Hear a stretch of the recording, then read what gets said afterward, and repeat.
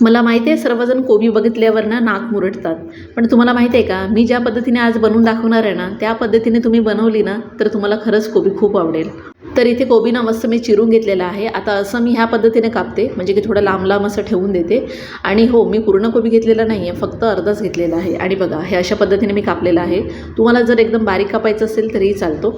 आणि मस्त एक टोमॅटो कापला. ह्या भाजीमध्ये ना कांद्याची गरज नाही. आणि मग त्यानंतर ना 2-3 मिरची कापली आणि मग 4-5 लसूणच्या पाकळ्या घेऊन त्याला ठेचून घेतलं होतं. मग त्यामध्ये हे थोडेसे मस्त फ्रेश मटार आता येतात थंडीमध्ये, तर तेच मी ॲड केलेले आहेत.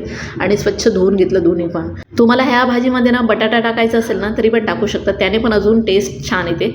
आणि मस्त इथे तेल गरम झाल्यावर थोडीशी मोहरी, हिंग, कढीपत्ता, लसूण आणि मिरची ॲड केली.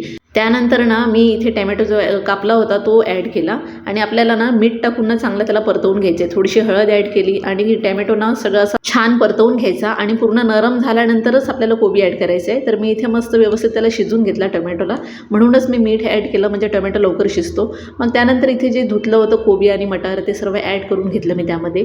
आणि मग अजून व्यवस्थित परतवून घेतलं. आणि ह्या भाजीमध्ये ना तुम्हाला पाण्याची गरज नाही, पण हां, अधूनमधून जर तुम्ही चांगलं व्यवस्थित त्याला परतवा आणि चेक करत जा, म्हणजे गरज असेल तरच थोडंसं पाणी शिंपडावा, अदरवाईज त्याला पाण्याची गरज नाही पडत. व्हिडिओमध्ये ना फक्त 1.5 मिनिटामध्ये भाजी होऊन जाते, पण रिअल लाईफमध्ये ना थोडं 20 मिनिटं लागतातच. तर अधूनमधून व्यवस्थित परतवत जा, नाही तर भाजी खाली लागली ना तर करपून जाईल पूर्ण.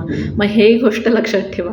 आणि मस्त इथे बघा अशी कोरडी भाजी होते, चपातीसोबत ना एक नंबर लागते. आणि याच्यामध्ये बटाटा असला ना तर अजून मजा येते खायला, पण मी ॲड केला नाही. चला तर मग भेटूया पुढच्या ब्लॉगमध्ये. तोपर्यंत बाय.